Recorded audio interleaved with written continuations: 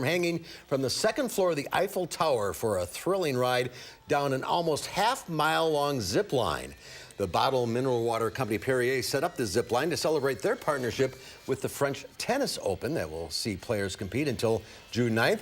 The 260 lucky winners of a raffle Perrier organized online get a chance to take a ride down the zip line. They hit speeds of over 55 miles an hour. And oh, that view. Would you ever do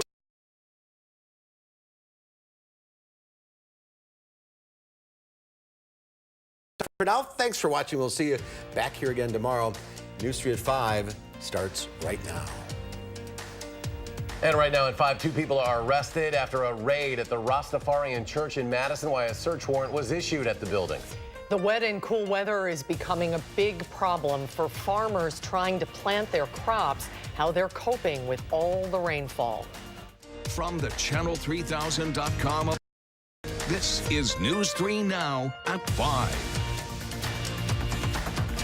And thanks for staying with me. More tonight after a drug investigation at the Rastafarian Church. Madison police say 39-year-old Jossie Schwark and 23-year-old Dylan Bangert were arrested today on tentative charges of delivering marijuana and maintaining a drug dwelling. Our Rose Schmidt is live from the Lion of Judah House of Rastafari Church in downtown Madison. Rose? Yes, well, members of the Rastafarian Church insist today that that search warrant was executed unlawfully because they say that marijuana is part of their religious sacrament. Now, police did execute a search warrant here today, leading to the founders of this church being arrested.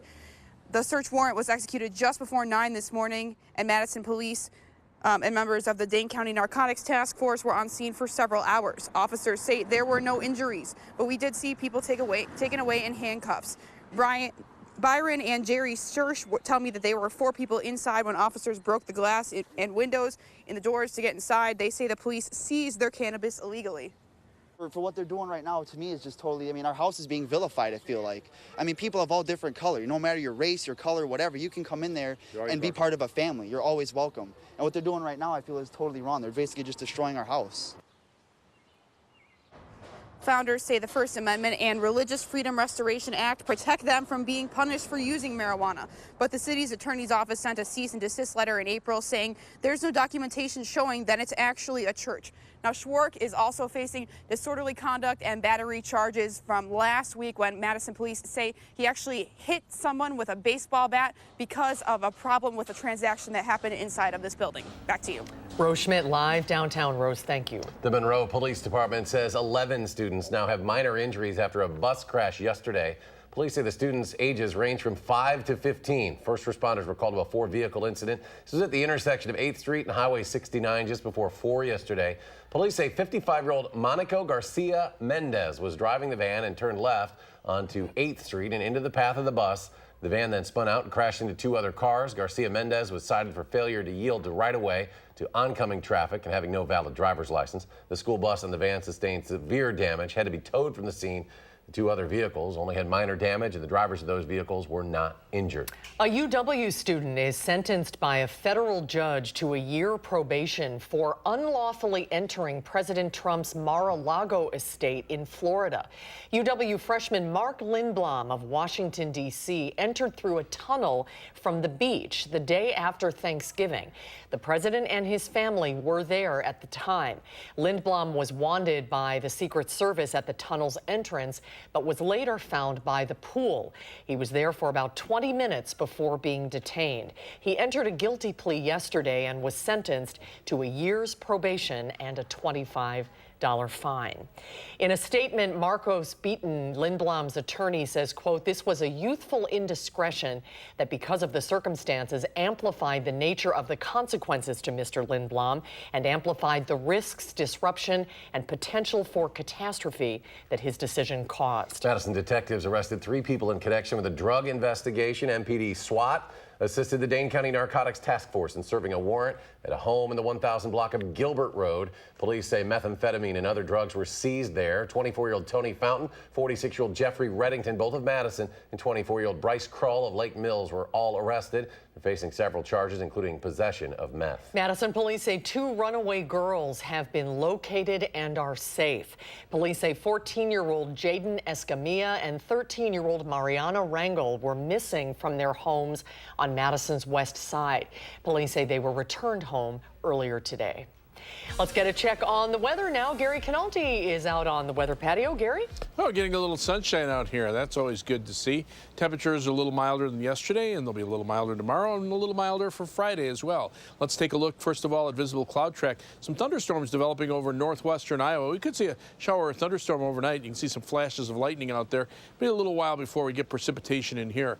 Current temperatures are in the upper 60s to the lower 70s. Madison right now at 69 degrees. By tomorrow morning, we'll be in the middle 50s with a shower or thunderstorm chance overnight. We'll turn partly sunny and mild for tomorrow with a high of 74 and just an outside chance of a shower or thunderstorm during the day. That's your News 3 Now First Alert forecast.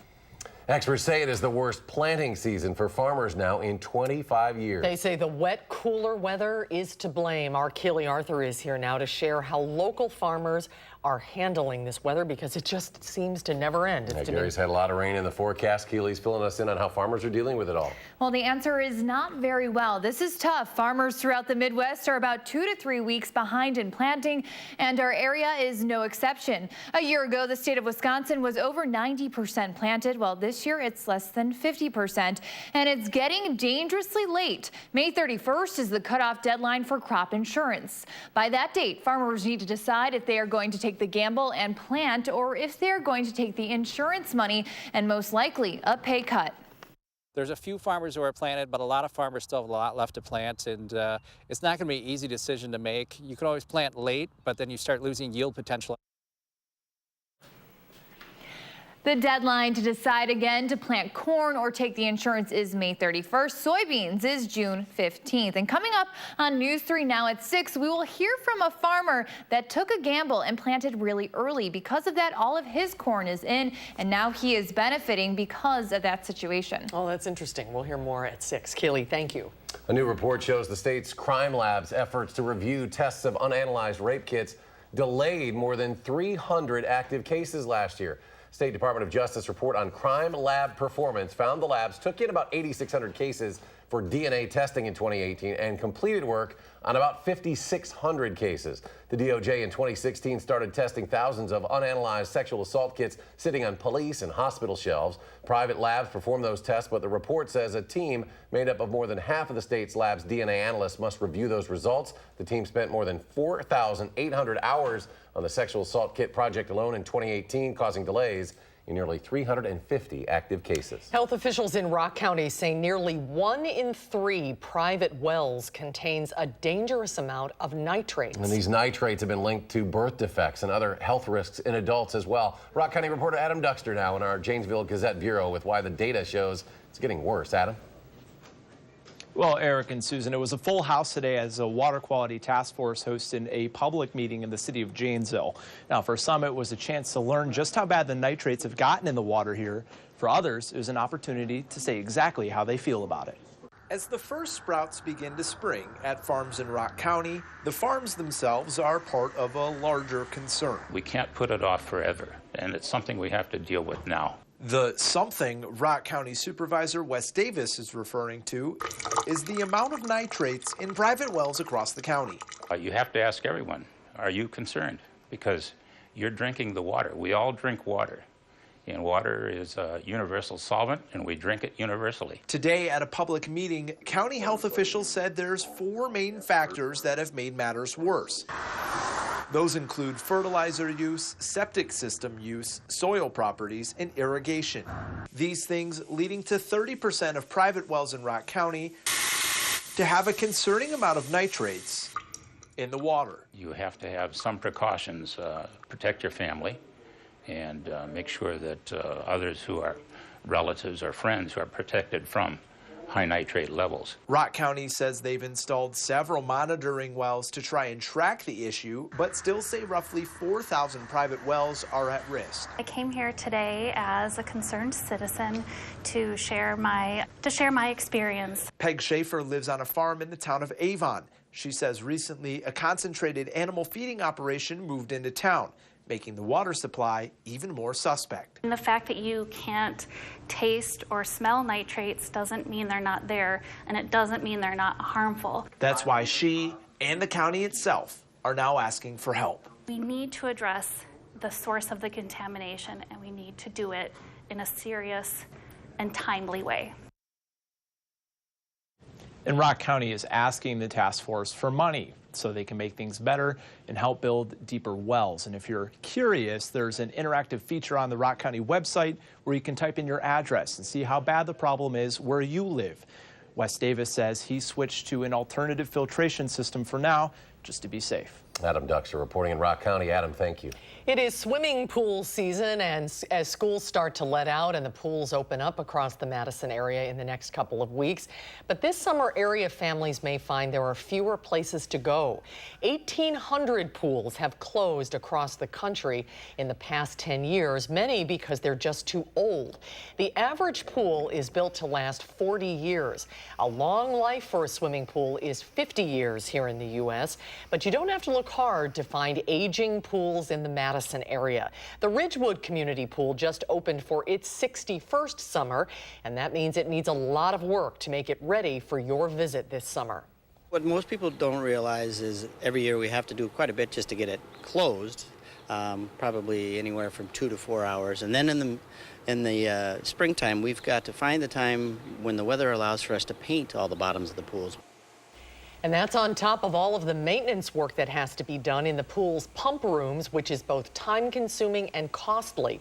USA Swimming warns if more community pools continue to close as they age, fewer kids will have access to swim lessons, and the number of drowning deaths could actually increase. Madison will celebrate its bike-friendly character starting June 1st, running through June 8th. The week-long Madison Bike Week will be highlighted by Ride the Drive. That's Sunday, June 2nd, along with the City of Madison Ride on June 3rd, and organized rides in the city and nearby countryside as well throughout that week. Madison Bike Week will include local nonprofit organizations that support safer bicycling opportunities in Madison. The state of Wisconsin is celebrating its 171st anniversary of statehood today. Wisconsin was admitted as the 30th state in the Union on May 29, 1848, by an act of Congress. The University of Wisconsin was established the same year as statehood and was established in Wisconsin. Happy birthday to our state. More to come on News 3 Now at 5. Up next, Special Counsel Robert Mueller speaking about his report on Russian interference into the 2016 presidential election, why he says he did not charge the president. Parts of the Midwest are cleaning up from severe weather over the past few days, but many states are bracing for more this evening. And the market's down again. The Dow off 221 points today. The NASDAQ loses 60. The S&P falls 19. And we'll be right back.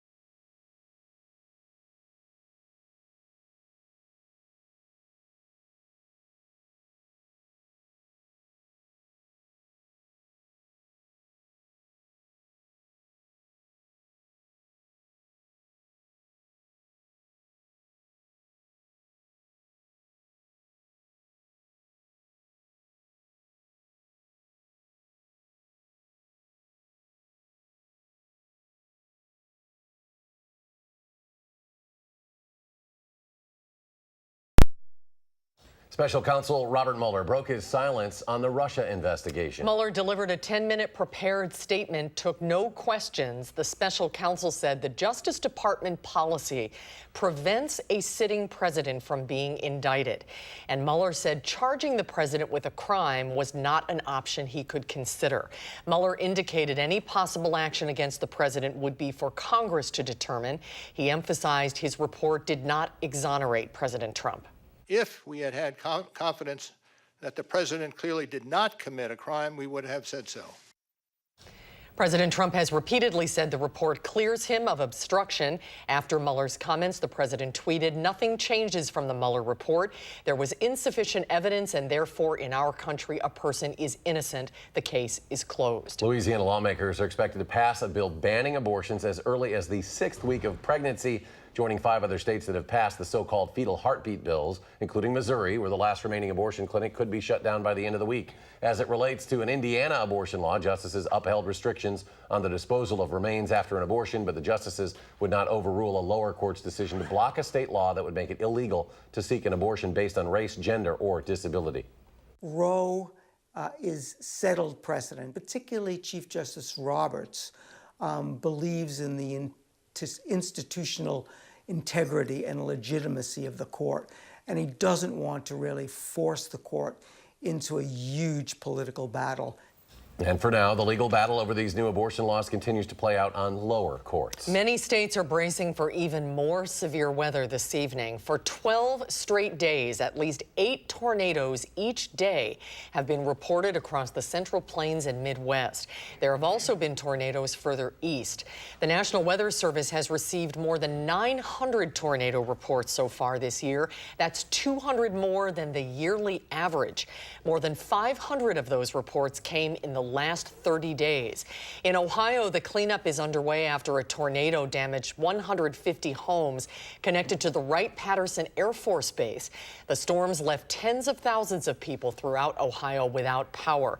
A tornado even touched down in New Jersey. I told my daughter recently, oh, it will be fine. It doesn't happen here. And then sure enough, you go outside and it's like a war zone. The storms that spawned the tornadoes also brought heavy rain, increasing flooding concerns for many areas in the Midwest. We've talked about all the rain we've had here, but as Gary's mentioned many times, you know, your hearts go out to those folks dealing with that. We're very fortunate we've avoided that so far, Gary. Yeah, and I do want to make one thing clear, too. We had 900 tornado reports. That doesn't necessarily mean that there were 900 tornadoes. A lot of people have been asking about that. You know, some tornadoes may have been reported by 4 or 5 other people. So eventually, as the National Weather Service and the Storm Prediction Center sort through all those severe weather reports, eventually they'll come up with an actual tornado number a few months down the road. But again, this is just over the last 6 hours. Severe weather occurring down in the Dallas-Fort Worth area, some tornadoes there, hail and high winds into parts of Missouri.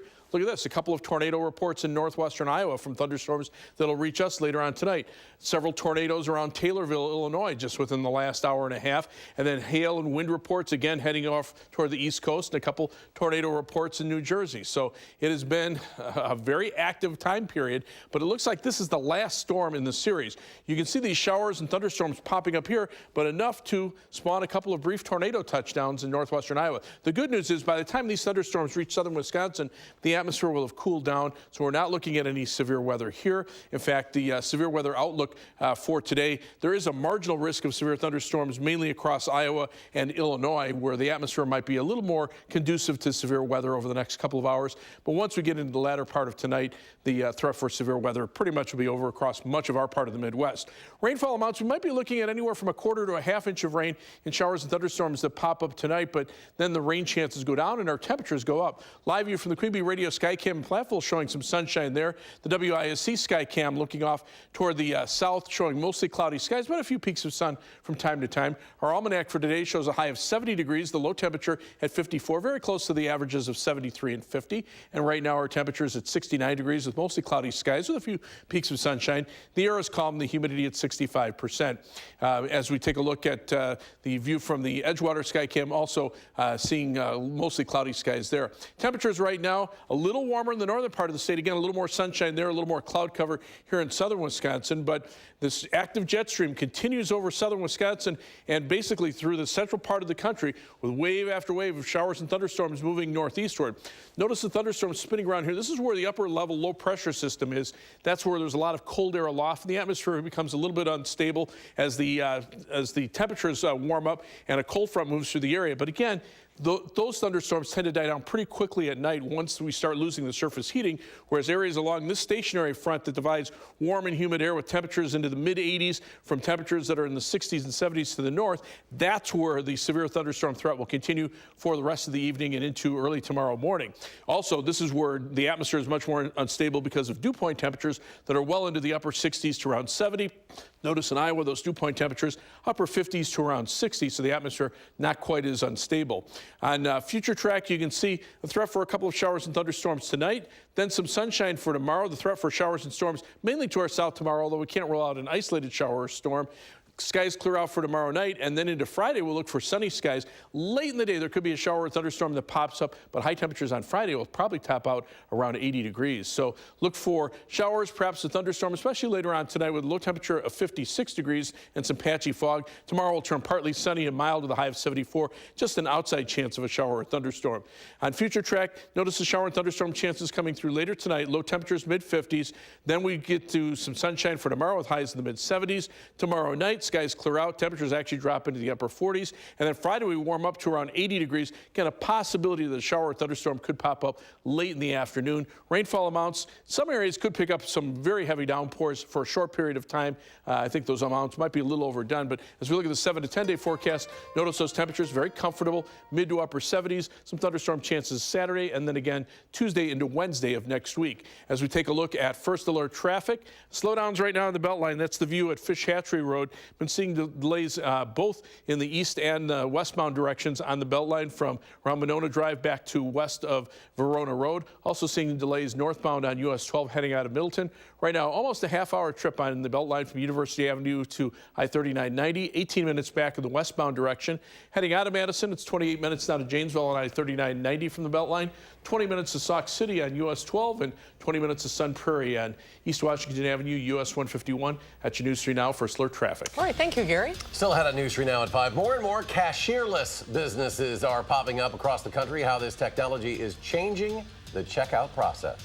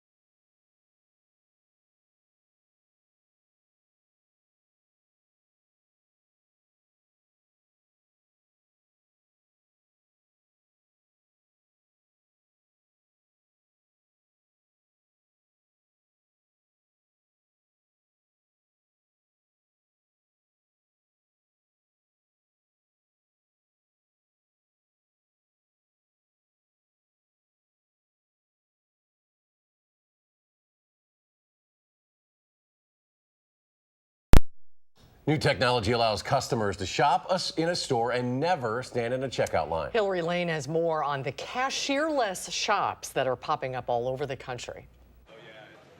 When Brad Langston picked up lunch at this Amazon Go store in New York, he never had to pull out his wallet. I use Amazon all the time, so definitely want to try it out.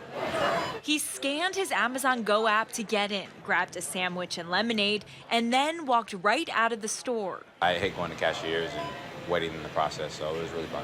The 12 Amazon Go stores across the country are cashierless. Cameras and sensors track what customers take off the shelves and out of the store.